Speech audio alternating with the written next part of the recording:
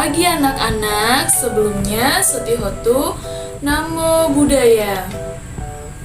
Nah, pada kesempatan hari ini kita akan belajar mengenai Brahma Wihara. Sebelum pembelajaran hari ini kita mulai, alangkah baiknya kita berdoa bersama. Berdoa akan Ibu Pimpin. Nah, ayo anak-anak, jangan ribut ya, karena kita akan berdoa. Iya, rangkapkan kedua tangan di depan dada. Kita akan membacakan Parita Namakarapata secara bersama-sama. Arahang sama Sang Buddha Bhagawa Budang Bhagawantang Abiwademi Swakato Bhagawata Damo Damang Namasami Supatipanno Bhagavato Sawaka Sangho Sanghang Namami Sabe Sata Bawantu Sukitata. Semoga semua makhluk hidup berbahagia. Sadu, sadu, sadu. Anak-anak, Ibu presensi dulu ya. Ada yang tidak hadir? Iya, hadir semuanya ya. Nah, tujuan pembelajaran hari ini adalah yang pertama. Nah, karena pembelajaran hari ini telah usai, ayo alat tulisnya beserta bukunya rapikan, masukkan ke dalam tas masing-masing. Ayo meja, kursi tolong dirapikan ya. Kita akan menutup pembelajaran pada hari ini dengan membacakan arti dari Namakarapata secara bersama-sama. Ayo, rangkapkan kedua tangan di depan dada. Kita akan mulai doa penutup. Doa penutup, kita membacakan arti dari Namakarapata. Sudah bisa dimulai? Iya. Mari kita bersama-sama membacakan arti dari Namakarapata. Sang Bhagawa yang Maha Suci, yang telah mencapai penerangan sempurna, aku bersujud di hadapan Sang Buddha, Sang Bhagawa. Dhamma telah sempurna dibabarkan oleh Sang Bhagawa. Aku bersujud di hadapan Dhamma. Sangha, siswa Sang Bhagawa telah bertindak sempurna. Aku bersujud di hadapan Sangha. Marilah kita bersama-sama mengucapkan Sabe Sata Bawantu Sukitata. Semoga semua makhluk hidup berbahagia. Sadu, sadu, sadu.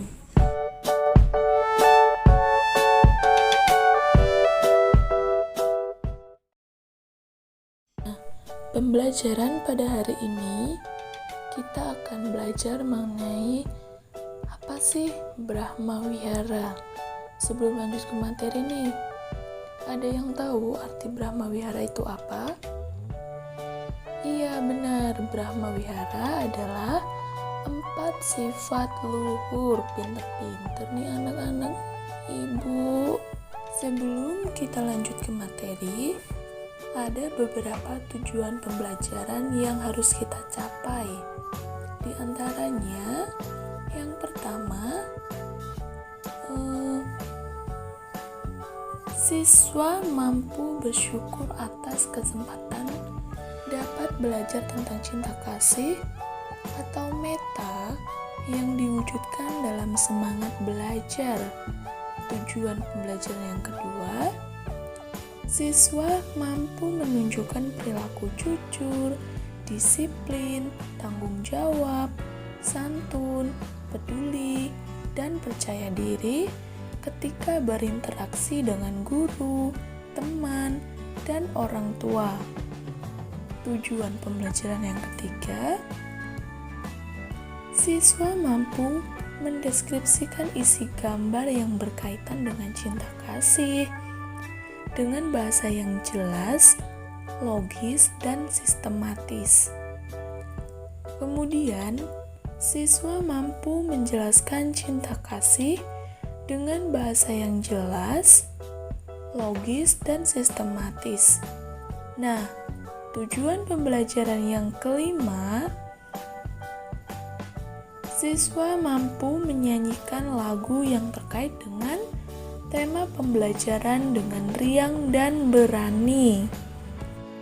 Brahma Wihara yang sering disebut juga dengan 4 sifat luhur. Nah, Brahma Wihara ini memiliki 2 arti. Yang pertama, Brahma adalah makhluk luhur yang melebihi dewa.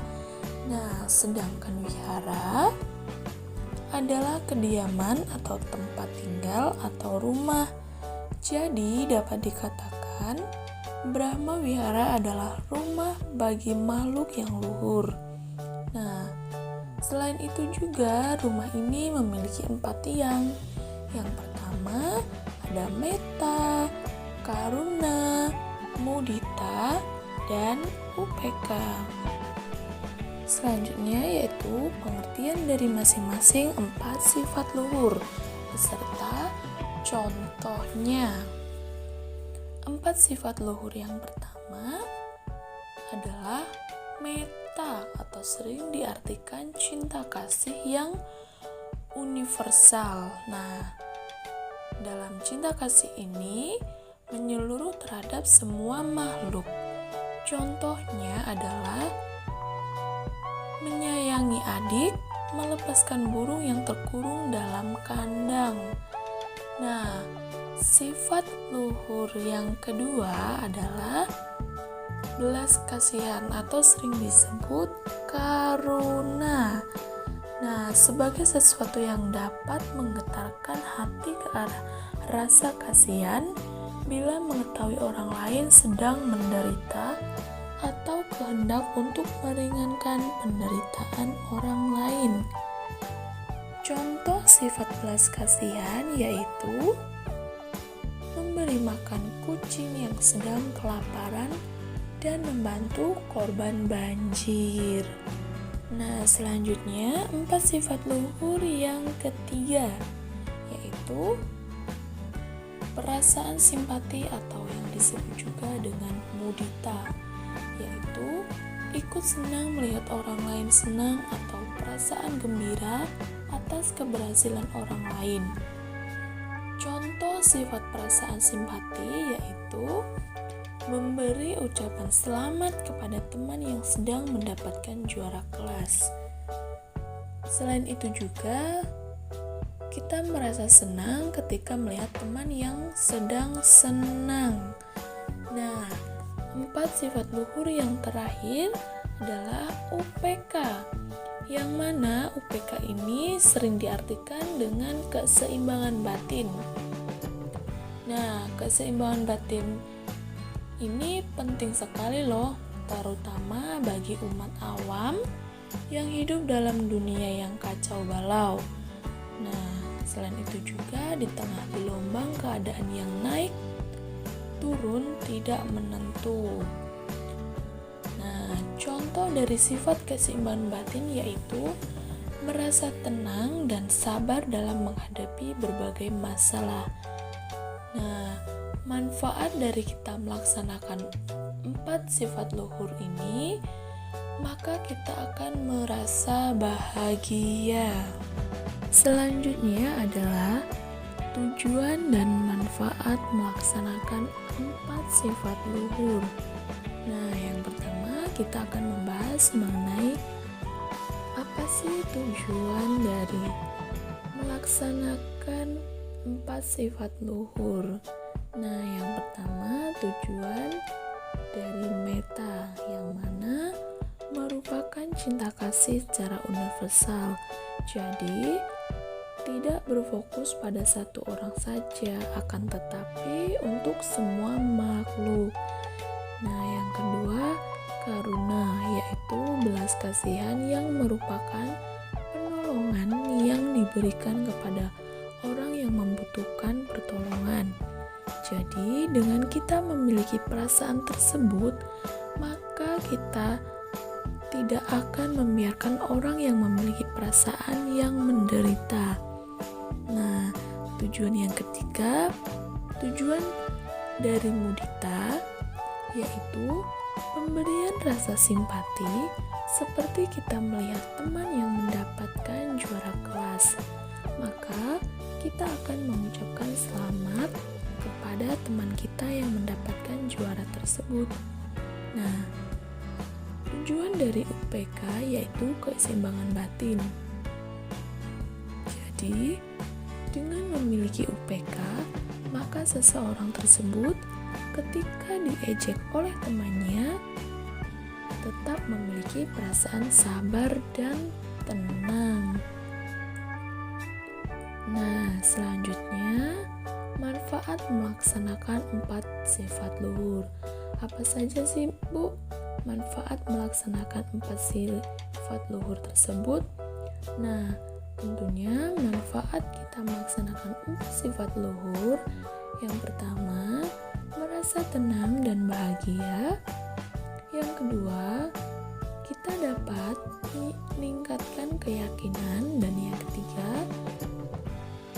mencintai makhluk lain. Nah, untuk kesimpulan pembelajaran pada hari ini, keempat sifat luhur baik tersebut merupakan keadaan tanpa batas atau sering disebut dengan apa mana. Mengapa sih disebut demikian? Karena tidak ada yang merintangi atau yang membatasi semua makhluk termasuk dalam alam menyedihkan untuk mengembangkan sifat luhur tersebut. Jadi, Brahma Wihara merupakan sifat batin yang luhur dan yang mulia atau tempat berdiamnya makhluk Brahma, makhluk dewa yang telah mencapai kesucian. Nah, sifat ini juga terdapat dalam diri manusia, baik yang jahat maupun yang baik. Nah, hari ini Ibu akan memberikan tugas untuk anak-anak. Nah, tugasnya adalah menghafalkan lagu Catur Paramita. Ibu akan menyontohkan lirik dari lagu Catur Paramita.